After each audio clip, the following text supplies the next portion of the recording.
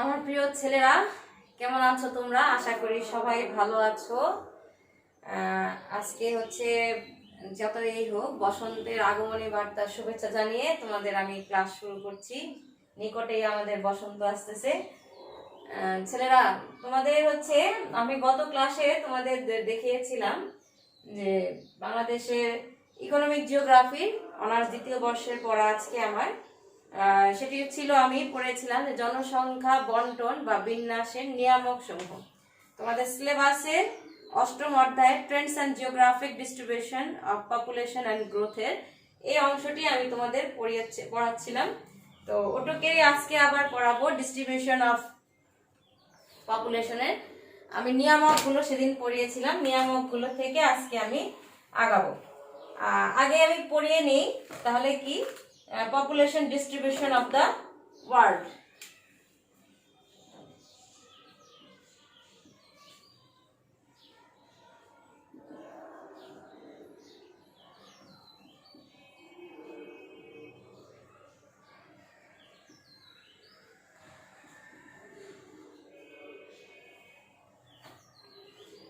Population ডিস্ট্রিবিউশনটা কি?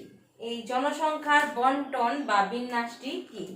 পৃথিবীর বিভিন্ন অঞ্চলে বিভিন্ন মানে জনসংখ্যা বিভিন্ন রকম দেখা যায়। তার মানে জনসংখ্যার আমি কিন্তু চেহারা বুঝিয়ে নেই বা মানুষের গঠন বুঝাই নেই, আমি বোঝাতে চাচ্ছি যে জনসংখ্যার যে পরিমাপ বা কোনো অঞ্চলে জনসংখ্যা কম, কোনো অঞ্চলে জনসংখ্যা বেশি।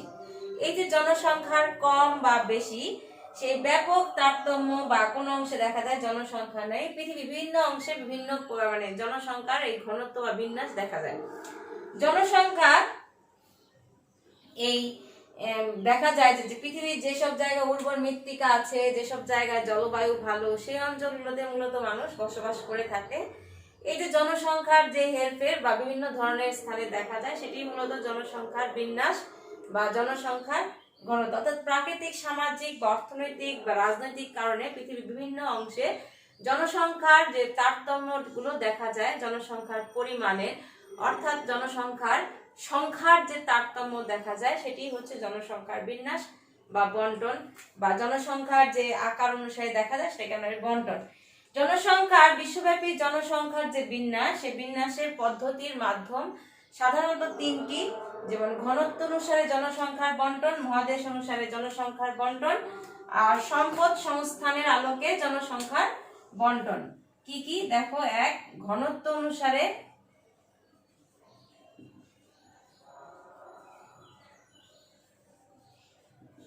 দুই,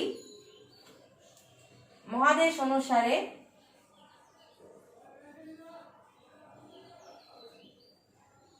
তিন, সম্পদ সংস্থানের আলোকে।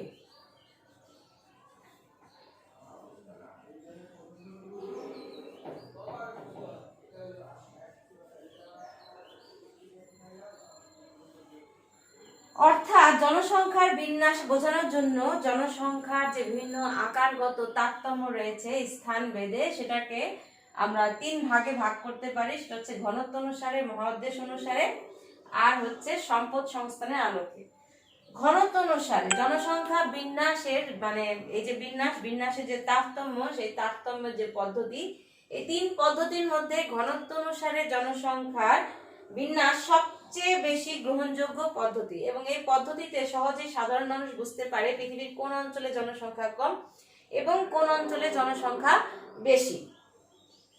তো পৃথিবীতে যে জনসংখ্যার ঘনত্ব অনুসারে জনসংখ্যার যে বিন্যাস, সেই বিন্যাসকে প্রতি বর্গ মাইলে বা বর্গ কিলোমিটারে কতজন লোক বাস করে সেটিকে সাধারণত নির্ধারণ করা হয়। অর্থাৎ একটি দেশের বা সমস্ত পৃথিবীর 1 বর্গ কিলোমিটার বা 1 বর্গ মাইলে যতজন লোক বসবাস করে সেটিকে আমরা বলি জনসংখ্যার ঘনত্ব। অর্থাৎ সহজে আমরা এটাকে ভাগ করতে পারি জনসংখ্যার মোট জনসংখ্যা ভাগ মোট আয়তন, অর্থাৎ ওই অঞ্চলের বা ওই দেশের বা পৃথিবীর আয়তন দিলে আমরা সহজেই ভাগ করতে পারি যে পৃথিবীতে জনসংখ্যা কতটুকু আছে। ঠিক আছে, এই যে জনসংখ্যার ঘনত্বের নিয়ামক সেটা কিন্তু আমি গত ক্লাসে পড়িয়েছি যে নিয়ামকগুলো সাধারণত 7টি ভাগে ভাগ করা যায়: প্রাকৃতিক নিয়ামক, সামাজিক নিয়ামক, অর্থনৈতিক নিয়ামক, রাজনৈতিক নিয়ামক, ঐতিহাসিক নিয়ামক, জনভিত্তিক নিয়ামক ও অন্যান্য। এর মধ্যে প্রাকৃতিক নিয়ামকের মধ্যে হচ্ছে প্রকৃতির যে বিষয়গুলো, আমি কিন্তু আগেই বলেছি পৃথিবীর যে অঞ্চলে আবহাওয়া ভালো বা জলবায়ু ভালো, মৃত্তিকা ভালো, ভূপ্রকৃতি ভালো, বসবাসের উপযোগী, মানুষ সেই অঞ্চলে গিয়ে বসবাস করে। অর্থাৎ প্রাকৃতিক যে বিষয়গুলো, সে বিষয়গুলো হচ্ছে প্রাকৃতিক নিয়ামকের অন্তর্গত। আবার অর্থনৈতিক নিয়ামক সামাজিক নিয়ামক হচ্ছে কোনো অঞ্চলে যদি মানুষ সামাজিকভাবে বসবাস করে, ধরো আমি বসবাস করছি সেই অঞ্চলে আমার বসবাস করার উপযুক্ত কিনা, যে আমি সামাজিকভাবে সেখানে গিয়ে বসবাস করতে পারবো কিনা, সেই অঞ্চলে মূলত মানুষ কি করে বসবাসের স্থান নির্ধারণ করে। এই যে বসবাসের স্থান নির্ধারণ, সেই নির্ধারণ কিন্তু সামাজিকটাও নিয়ামক কিন্তু গুরুত্বপূর্ণ, এবং এখানেও জনসংখ্যার ঘনত্বের যে তারতম্য, সেই তারতম্য হেরফের হয়ে থাকে। এরপর হচ্ছে অর্থনৈতিক নিয়ামক। অর্থনৈতিক নিয়ামকটা মূলত অর্থ সংশ্লিষ্ট, অর্থাৎ আমার কর্মকাণ্ড আমি কোথায় গিয়ে মানে কাজটি করতে পারবো ভালো করে বা করতে পারবো কি না, সেই অনুসারে যে কর্মকাণ্ড সেটাকে বলা হয় অর্থনৈতিক নিয়ামক। যেমন আমি চাকরি পাবো কিনা, আমার আয় রোজগার বা ব্যবসা বাণিজ্য ভালো হবে কিনা, ওই অঞ্চলের মানুষ কেনার ক্ষমতা আছে কিনা, বা ওই অঞ্চলের মানুষের সাথে যে অর্থনৈতিক লেনদেন সেটি ভালোভাবে সংগঠিত হবে কিনা, সেই বিষয়গুলোই হচ্ছে অর্থনৈতিক নিয়ামক। এরপর হচ্ছে জনভিত্তিক নিয়ামক। জনভিত্তিক নিয়ামক তোমরা ভালো করেই জানো যে বিষয়টি হচ্ছে ডেমোগ্রাফিক ফ্যাক্টরস, যে প্রজননশীলতা বা মরণশীলতা, ওই অঞ্চলে যদি কোনো প্রাকৃতিক দুর্যোগ বেশি হয় তাহলে মরণশীলতা বেশি হবে, বা আবহাওয়া খারাপ হলে প্রজননশীলতা কমে যাবে। এই যে বিষয়গুলো, জন্মশীলতা, সেগুলোই হচ্ছে মানে জনভিত্তিক নিয়ামক। এরপর হচ্ছে রাজনৈতিক নিয়ামক। কোন অঞ্চলের রাজনৈতিক স্থিতিশীলতা বা রাজনীতির যে আকাঙ্ক্ষা, ভালো একটি রাজনীতি বা সুস্থ রাজনীতির যে আকাঙ্ক্ষা, সেটির থেকেও কিন্তু জনসংখ্যার ঘনত্বের তারতম্য হয়ে থাকে। এটি তোমরা ভালো করেই জানো যে পৃথিবীর যে অঞ্চলগুলোতে এখন সংঘর্ষ বিদ্যমান, মূলত মানুষ সেই অঞ্চল থেকে অন্য অঞ্চলে গিয়ে বসবাস করতে চায়। ঐতিহাসিক নিয়ামক হচ্ছে যেমন কোন স্থানে পূর্ব থেকে বসতি ছিল বা মানুষ সেখানে বসবাস করে আসছে, এখন নতুন করে মানুষ এখানে বসবাস করতে চায়, সেই ঐতিহাসিক ভাবে সেটাকে বলা হয়েছে ঐতিহাসিক নিয়ামক। আর অন্যান্য নিয়ামক হতে পারে সেটি যে আমার থাকার জায়গা, প্লেস, জ্ঞান অন্বেষণ, সরকারি কিছু নীতি, সে বিষয়গুলো হচ্ছে অন্যান্য। এই যে জনসংখ্যার ঘনত্ব, পৃথিবীতে জনসংখ্যার ঘনত্ব কিন্তু এক এক দেশে এক এক রকম। আমি একটু আগেও বলেছি তোমাদের যে কোনো দেশের মোট আয়তন, অর্থাৎ মোট জনসংখ্যাকে মোট আয়তন দিয়ে ভাগ করলেই মূলত আমরা সেই দেশের জনসংখ্যার ঘনত্ব পেয়ে যাই। জনসংখ্যার ঘনত্ব মানে এই যে পরিবর্তন, সেটি কিন্তু হয়। কোন অঞ্চলে জনসংখ্যার অধিক ঘন হলেও সেই অঞ্চলে যে সবসময় জনসংখ্যার ঘনত্ব থাকবে বা জনসংখ্যার ঘনত্ব এখানে বাড়তেই থাকবে সেরকম কম কথা নেই। অনেক সময় সেখানে এটি স্থির হয়, আবার কমতেও শুরু করে। যেমন ইউরোপিয়ান কান্ট্রিগুলোতে এখন জনসংখ্যার ঘনত্ব কমতে থাকছে। আবার চীন যেমন এক সন্তান নীতি গ্রহণ করেছিল তখন কিন্তু তাদের জনসংখ্যা একটি পর্যায়ে এসে স্থিতিশীল হয়ে যাচ্ছিল। ঠিক তখনই কিন্তু চীন তার এক সন্তান নীতি বাদ দিয়ে এখন কিন্তু চীনে মানুষ 2 সন্তান বা নীতি গ্রহণ করেছে। এই যে নীতির পরিবর্তন, তো এই যে পরিবর্তন বা অন্যান্য বিষয়ে মানুষের আকাঙ্ক্ষা, সেখান থেকে কিন্তু জনসংখ্যার ঘনত্বের তারতম্য হয়ে থাকে। সাধারণত বিংশ শতাব্দীতে শিল্প বিপ্লবের ফলে পৌর অঞ্চলগুলোতে অত্যাধিক জনসংখ্যার ঘনত্ব দেখা যায়। মানে এখন বর্তমানে কিন্তু শহরের এলাকায় জনসংখ্যার ঘনত্ব বেশি। তো এই যে ঘনত্ব বলতে সাধারণত সংঘবদ্ধ বা জনবসতি নিবিড়তাকে বোঝায়। এক কথায় হচ্ছে নিবিড়তা, অর্থাৎ ওই অঞ্চলে কতটুক জনসংখ্যা, আমি বারবারই বলছি জনসংখ্যার ঘনত্ব কি, মোট জনসংখ্যাকে মোট আয়তন দিয়ে ভাগ করলে আমরা জনসংখ্যা পেয়ে যাবো। অর্থাৎ প্রতি বর্গ কিলোমিটারে একটি দেশের প্রতি বর্গ কিলোমিটারে যতজন লোক বসবাস করে সেটাই হচ্ছে তার জনসংখ্যার ঘনত্ব। তাহলে এই যে বসবাস করার ভিত্তি, সেটিকে আমরা এক কথায় বলতে পারি নিবিড়তা, অর্থাৎ মানুষ সেখানে কি পরিমাণ বসবাস করে, সেখানে কি কম আছে নাকি বেশি আছে, এই বিষয়টি হচ্ছে জনসংখ্যার ঘনত্ব। 1837 সালে মিস্টার হেনরি ডুরাই হোমস আয়ারল্যান্ডের রেলপথের উন্নয়নের লক্ষ্যে বিভিন্ন জনসংখ্যার ঘনত্ব বিশিষ্ট এলাকার একটি মানচিত্র তৈরি করেন এবং সেখান থেকে মূলত জনসংখ্যার ঘনত্ব বিশিষ্ট আরো ভালো করে বোঝা যায়। যাই হোক, জনসংখ্যার ঘনত্ব, এই যে জনসংখ্যার ঘনত্বের প্রকারভেদ কি? জনসংখ্যার বন্টনে যেসব প্রাকৃতিক বা অর্থনৈতিক সামাজিক নিয়ামক গুলো কর্মকাণ্ড করে সেগুলো মূলত জনসংখ্যার ঘনত্বকেও নিয়ন্ত্রণ করে থাকে। জনসংখ্যা এইসব নিয়ামকের উপর ভিত্তি করে জনসংখ্যার ঘনত্বকে মূলত ভাগ করা যায়, 5 ভাগে ভাগ করা যায়। কি কি দেখো?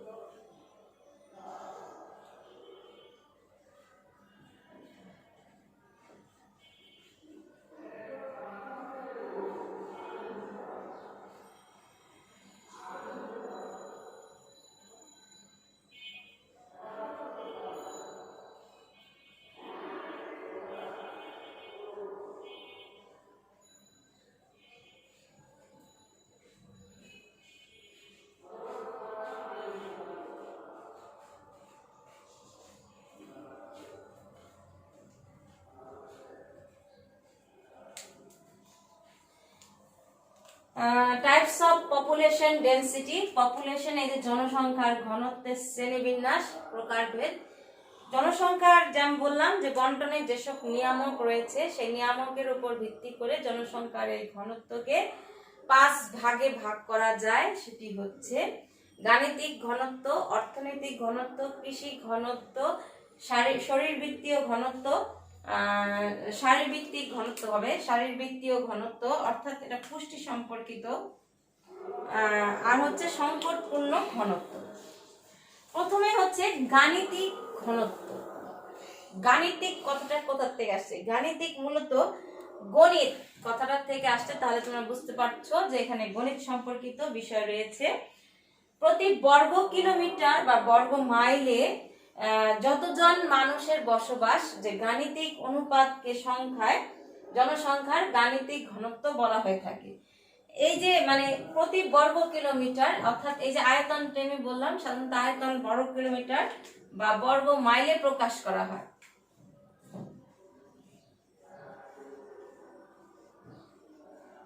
বর্গ মাইলে প্রকাশ করা হয়। এই যে বর্গ কিলোমিটার বা বর্গ মাইল, প্রতি বর্গ এককে যতজন জনসংখ্যার বসবাসের যে গাণিতিক অনুপাত সেটাকে গাণিতিক ঘনত্ব বলা হয়ে থাকে। অর্থাৎ জনসংখ্যার এই ঘনত্বকে আমরা সূত্রের সাহায্যে যেটি প্রকাশ করি সেটি হচ্ছে এটি মোট জনসংখ্যা, মোট আয়তন, সেখানে কিলোমিটার হতে পারে, বর্গ কি বলবো বর্গ মাইলও হতে পারে। 1955 সালে পৃথিবীর জনসংখ্যার ঘনত্ব ছিল 20 জন প্রতি বর্গ কিলোমিটারে, এবং বস্তুত পৃথিবীর স্থল ভাগের তুলনায় যে অনুপাত সেটি সব জায়গায় সমান নয়। দেখা যায় গাণিতিক ভাবে যে ঘনত্ব অনুসরণের পদ্ধতি কোথাও কম কোথাও বেশি হয়ে থাকে, তবে এটি একটি অত্যন্ত স্থূল পদ্ধতি। জনসংখ্যার এই যে গাণিতিক ঘনত্ব, সেই গাণিতিক ঘনত্ব হচ্ছে মোট জনসংখ্যা ডিভাইডেড বাই মোট আয়তন। এরপর হচ্ছে অর্থনৈতিক ঘনত্ব। অর্থ সংশ্লিষ্ট বিষয় ইকোনমিক ডেনসিটি, অর্থাৎ অর্থনৈতিক ঘনত্ব। অঞ্চলগত উৎপাদন ও জনসংখ্যার অনুপাতের অনুপাতকে অর্থনৈতিক ঘনত্ব বলে। অঞ্চলগত উৎপাদন অর্থাৎ একটি অঞ্চলে কি পরিমাণ উৎপাদন আছে, সেটি ফসলের উৎপাদন হতে পারে, যে কোনো কিছুর উৎপাদন, যে সেই উৎপাদনের দিক থেকে যে মোট জনসংখ্যা দুটোর মধ্যে যে অনুপাত, সেটাকে বলা হয়ে থাকে অর্থনৈতিক ঘনত্ব। কোন এলাকার প্রতি বর্গ এককে উৎপাদন এলাকার জনসংখ্যার মধ্যে অনুপাতকেই অর্থনৈতিক অনুপাত বলে। 1934 সালে ফরাসি জনবিজ্ঞানী সাইমন এই সূত্রের ব্যাখ্যা করেন। সূত্রটি হচ্ছে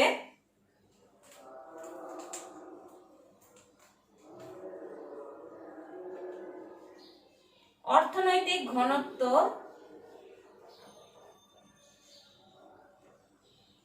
ইডি ইকুয়াল টু পিও আর হচ্ছে পি এ ইন্টু 100। এখানে পিওটা হচ্ছে জনসংখ্যা সূচক, পপুলেশন,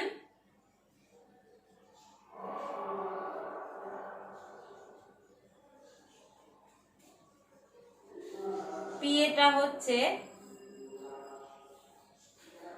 উৎপাদনশীলতা সূচক,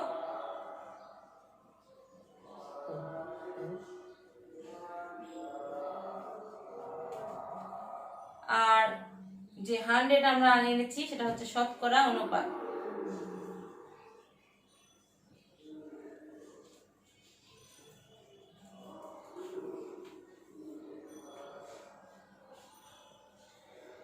অর্থাৎ যে একটি অঞ্চলে যে উৎপাদন হয়, সেই উৎপাদন সেই জনসংখ্যার মধ্যে যে অনুপাত, সেই অঞ্চলের জনসংখ্যার যে অনুপাত, সেটাই হচ্ছে অর্থনৈতিক ঘনত্ব। এরপর হচ্ছে যেটি, সেটি হচ্ছে কৃষি ঘনত্ব, এগ্রিকালচারাল ডেনসিটি।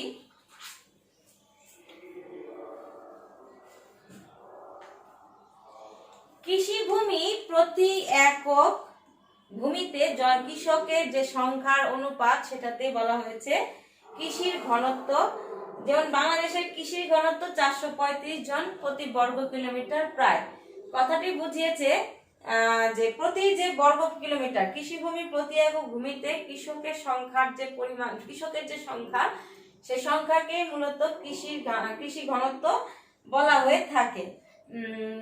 জাপানে এই অনুপাত হচ্ছে 1800 জন প্রতি বর্গ কিলোমিটার। অর্থাৎ জাপানে কৃষকের সংখ্যাটা বেশি, বাংলাদেশে কৃষকের সংখ্যা কম। অর্থাৎ কৃষিভূমির পরিমাণের উপর কৃষকের যে সংখ্যা, সেটাকে বলা হয়ে থাকে কৃষি ঘনত্ব। এরপর হচ্ছে শারীরবৃত্তীয় ঘনত্ব। শারীরবৃত্তীয় ঘনত্ব হচ্ছে ফিজিওলজিক্যাল নিউট্রিশনাল ডেনসিটি। মোট ভূমি হতে শুধুমাত্র চাষযোগ্য ভূমির সাথে জনসংখ্যার অনুপাতের জনসংখ্যার পুষ্টি অনুপাতকে শারীরবৃত্তীয় ঘনত্ব বলা হয়ে থাকে। অর্থাৎ মোট ভূমি হতে, আমাদের তো সব জায়গায় ভূমি আছে, বাংলাদেশের যে যতটুকু ভূমি, সেখানে কিন্তু সব জায়গায় কৃষিকাজ হয় না। তারপর আমরা সমস্ত জমিকেই ধরে নেই। তোমরা এটা ভালো করে জানো, আমরা কিন্তু যখন শেড মেথড করেছি, তখন কিন্তু বনাঞ্চলও বাদ দেয়নি, সেখানেও কিন্তু শেড পড়েছে। অর্থাৎ জনসংখ্যার ঘনত্বের জন্য যে আমরা কার্টোগ্রাফির কাজটি করেছি, সেই কাজটিতে কিন্তু জনসংখ্যার যে আমরা আইসোপ্লিথ যে মানচিত্রটি করেছি, সেই মানচিত্রতে কিন্তু এই শেড মেথডে জনসংখ্যার ঘনত্ব নির্ণয়ের সময় কিন্তু পাহাড়ও বাদ যায়নি, আবার বনভূমিও বাদ যায়নি। তাহলে এই যে বনভূমি বা নদীও বাদ যায়নি, তো নদীতেও মানুষ বসবাস করছে না, বনেও মানুষ বসবাস করে না। আবার অনেক উঁচু পার্বত্য অঞ্চলেও কিন্তু মানুষ সেখানে বসবাস করে না, খুবই কম। তো এই যে কিন্তু এই ঘনত্ব অনুসারে শারীরবৃত্তীয় ঘনত্বতে কিন্তু আমরা সমস্ত ভূভাগ না নিয়ে শুধুমাত্র কৃষি জমি, অর্থাৎ মোট ভূমি হতে শুধুমাত্র কৃষি ভূমির সাথে জনসংখ্যার অনুপাতের পুষ্টি অনুপাত ও অনুপাতকে শারীরবৃত্তীয় ঘনত্ব বলা হয়ে থাকে। অর্থাৎ যে জমিগুলো চাষের উপযোগী, সেই জমিগুলোর সাথে যে মানুষের যে অনুপাত, সেটাকে বলা হয়ে থাকে শারীরবৃত্তীয় ঘনত্ব। এরপর হচ্ছে শারীরবৃত্তীয় ঘনত্ব জাপানে 4000 এবং ইউএসএ তে 77, হল্যান্ডে অনুপাত 2500 প্রতি বর্গ মাইল। এরপর হচ্ছে সংকটপূর্ণ ঘনত্ব। সংকটপূর্ণ ঘনত্ব কি? Critical density. স্থায়ীভাবে ভূমি ব্যবহারের পদ্ধতির সাথে সংশ্লিষ্ট লোক সংখ্যার ও ঘনত্বের যে সমস্যা সমূহ দূরীভূত করে। যে সমস্যা রয়েছে তাকেই বলা হয়েছে সংকটপূর্ণ ঘনত্ব। অর্থাৎ স্থায়ীভাবে ভূমি ব্যবহারের পদ্ধতি, অর্থাৎ কোনো ভূমিকে আমি যে পদ্ধতিতে ব্যবহার করছি, সেটি বসতবাড়ি হতে পারে, সেখানে জলাভূমি হতে পারে, সেটি নিচু জমি হতে পারে, সেটি উঁচু জমি হতে পারে। আমরা ভূমি ব্যবহার পদ্ধতি যখন জানবো, কাজটি করব, তখন এই বিষয় সম্পর্কে আমরা ভালো জানবো। তো এই যে ভূমি ব্যবহার পদ্ধতির সাথে সংশ্লিষ্ট লোক সংখ্যার ঘনত্বের যে অনুপাত, সেটিকে বলা হয়ে থাকে ক্রিটিক্যাল ডেনসিটি বা সংকটপূর্ণ ঘনত্ব। মিস্টার অ্যালান এরূপ ঘনত্বের কথা সর্বপ্রথম বলেছিলেন। জমির ক্ষতি ছাড়াই নিবিড় পরিবেশে স্থায়ীভাবে সর্বাধিক জনসংখ্যার ঘনত্ব ভরণ পোষণ করতে সমর্থ এরূপ অঞ্চলটিকে মানে এরূপ যে জনসংখ্যার ঘনত্বের যে অনুপাত, সেটিকেই বলা হয়েছে সংকটপূর্ণ ঘনত্ব। এটিকে সিডি দ্বারাও প্রকাশ করা যায়। CD, critical density equal to 100 into C by F into A by L. এখানে সি হচ্ছে চাষকৃত এলাকা, সি হচ্ছে কাল্টিভেটেড ল্যান্ড, অর্থাৎ চাষকৃত এলাকা। সি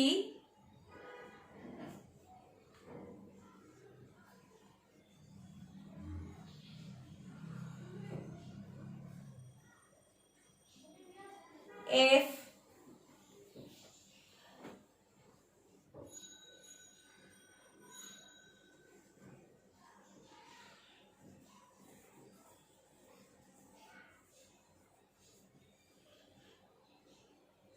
এ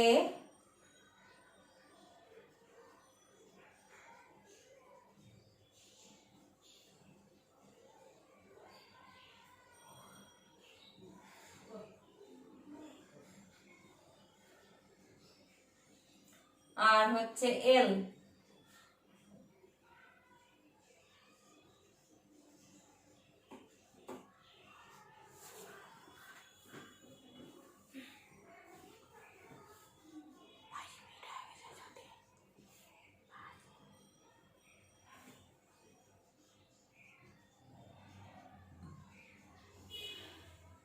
তাহলে এই হচ্ছে আমাদের জনসংখ্যার ঘনত্বের শ্রেণীবিভাগ।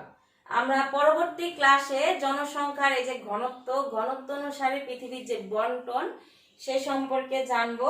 তো আজকে ছেলেরা এই যে আমরা জনসংখ্যার ঘনত্বের প্রকারভেদটি জানলাম, সেটা একটু ভালো করে দেখবেন।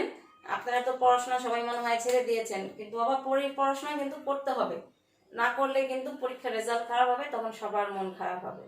তো বসন্তের শুভেচ্ছা জানিয়ে আজকে আমি আবার আমার ক্লাস শেষ করলাম। সবাই ভালো থেকো, সুস্থ থাকো। ধন্যবাদ।